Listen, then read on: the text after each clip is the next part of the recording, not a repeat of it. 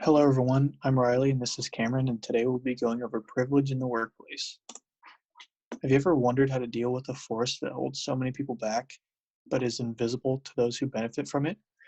What if we told you the answer to that is often whiteness?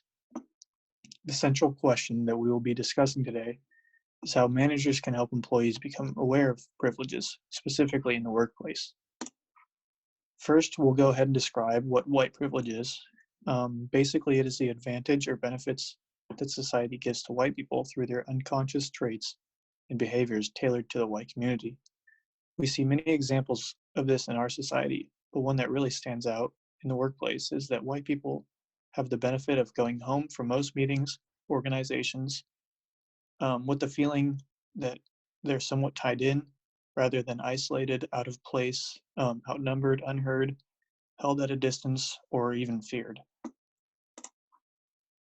For the first example we'll be covering about privileges in the workplace is that oftentimes when people have privileges, whether that's class, race, sexuality, gender, or etc., they tend to be blind or unaware of how they benefit from it. Generally, it is not the person with the privilege's fault for their benefit. Rather, it can be the tailwind or society that helps push white males towards their success in the workplace.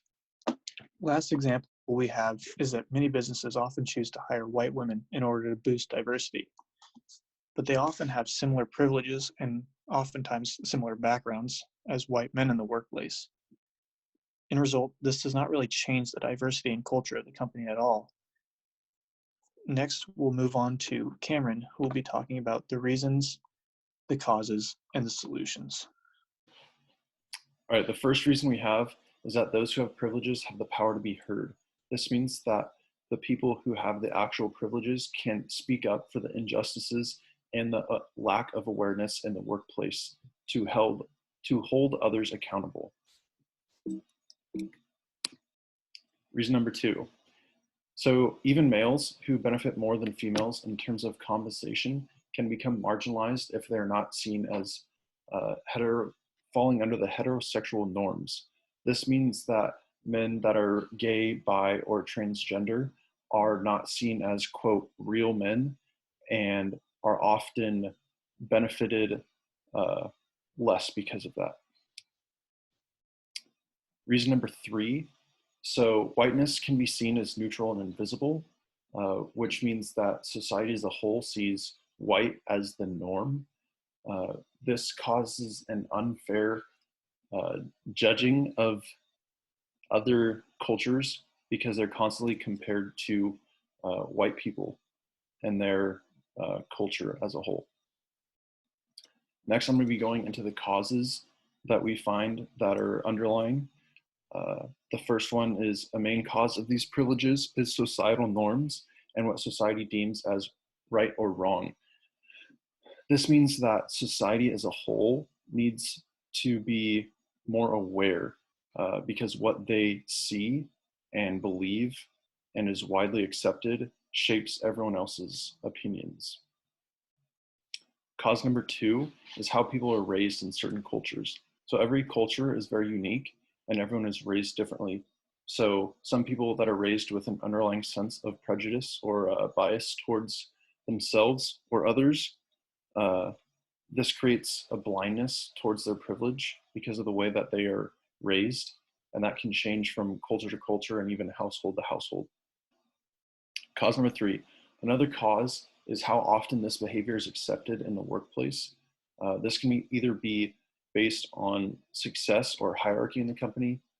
This is often tailored towards white males having more success in the workplace because it is seen as a norm to be a white male working in a workplace environment. So we came up with 3 solutions that can put an end or help greatly with the problems we've addressed. Solution number 1 is creating workplace norms to counteract privileges. Now, if we reshape the norms in a workplace, it can create a lot more awareness and counteract the privileges that are in place by the privileged already. Solution number 2 is to create workplace diversity through the hiring process. What this means is creating a larger microscope to put people under in order to get people from different cultures and backgrounds and ethnicities in order to hire more people that are against the typical norm. Solution number 3 is a call to action. This calls everyone that is aware to step up and call people out that are acting in unjust fashion and using their privilege to propel themselves up the workplace ladder. So here's our work cited in case you guys would like to pause the video and reference what we have worked from. Thank you guys for listening and have a good day.